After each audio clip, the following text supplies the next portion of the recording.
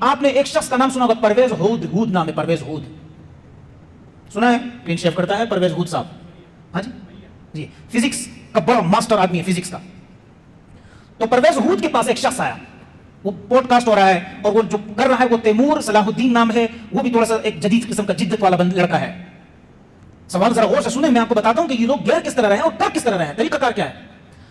اس سے پوچھتا ہے کہ حضرت آپ مجھے یہ بتائیں کہ اخلاقیات، معاشرت، حسن سلوک، یعنی جتنے بھی اخلاقیات کے وہ چیزیں ہیں، اگر ہم یہ کرتے ہیں تو کیوں کرتے ہیں؟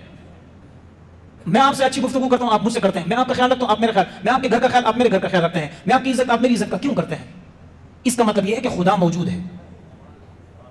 آئی سمجھ میں جی؟ میں آپ کا خیال رکھتا ہوں، آپ میرا. میں آپ کی عزت، آپ میری عزت. کون موجود ہے؟ اللہ موجود ہے. ہمیں ڈر ہے اس دن کا جس دن میں تمہاری عزت نہ کروں اور تم میری کرو، اس بے انصافی کا اللہ مجھ سے بدلہ لے گا. گاڈ ایگزسٹ کرتا ہے، اس کا مطلب یہ ہے. سوال سمپل ہے، اس کا جواب یہ ہے کہ ہاں بالکل ایسا ہی ہے. یعنی اسلام میں اخلاقیات کا تصور، اسلام میں انسانیت کا تصور، اسلام میں اچھی معاشرت کا تصور اس وجہ سے ہے کہ وہ گاڈ ایگزسٹ کرتا ہے. وہ کہتا ہے خدا موجود ہے، ایک دن فیصلہ ہونے والا ہے، اس لیے ہم اس چیز کا یقین رکھتے ہیں. تو جن لوگوں کو اس کا یقین نہیں ہے وہ جو چاہے کرے، اسے تو کوئی پوچھنے والا نہیں ہے. آ رہی سمجھ نہیں ہے؟ میں دوبارہ بتاؤں، اگر ایک شخص اللہ پر یقین نہیں کرتا کہ خدا موجود نہیں ہے، تو بھائی وہ کس لیے کسی کے ساتھ اخلاق سے بات کر رہا ہے؟ کیا کرے گا وہ؟ اس کا منہ توڑے، اس کا منہ توڑ دے، اس کے گھر میں لوٹ مار کرے، اس کے گھر میں لوٹ مار کرے، بازار گرم کر دو. اس کا مطلب یہ ہے کہ ہر شخص کو ایک اخلاقی طور پر یقین ہے، فطری طور پر یقین ہے کہ خدا کیا ہے؟ موجود ہے. اللہ کیا ہے؟ اللہ کیا ہے؟ موجود ہے.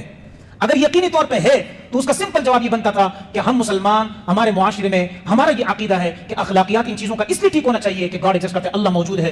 جواب یہ بنتا تھا کہ بالکل ہاں، ہمارا دین ہمیں سکھاتا ہے کہ یہ چیزیں کرو کیونکہ اللہ موجود ہے، ایک دن وہ حساب لے گا. جواب سمپل تھا. لیکن پرویز ہود جیسے بےہود قسم کے لوگ اور اس قسم کے، یار تم ہو اسکالر کس چیز کا؟ فزکس کا ہو، تم انجینئر ہو، تمہارا کیا کام ہے اس ممبر پر بیٹھ کر اس طرح باتیں کرنا اور پھر لوگوں کے ذہنوں کو خراب کرنے؟ میں نے خدا کی قسم کھا کے کہتا ہوں، یہ باقاعدہ موٹیویٹ کیے جاتے ہیں. یہ لوگ نوجوانوں سوچو، یہ بٹھائے جاتے ہیں، ان کو بٹھایا جاتا ہے، ان کو کہلوایا جاتا ہے ان سے یہ باتیں.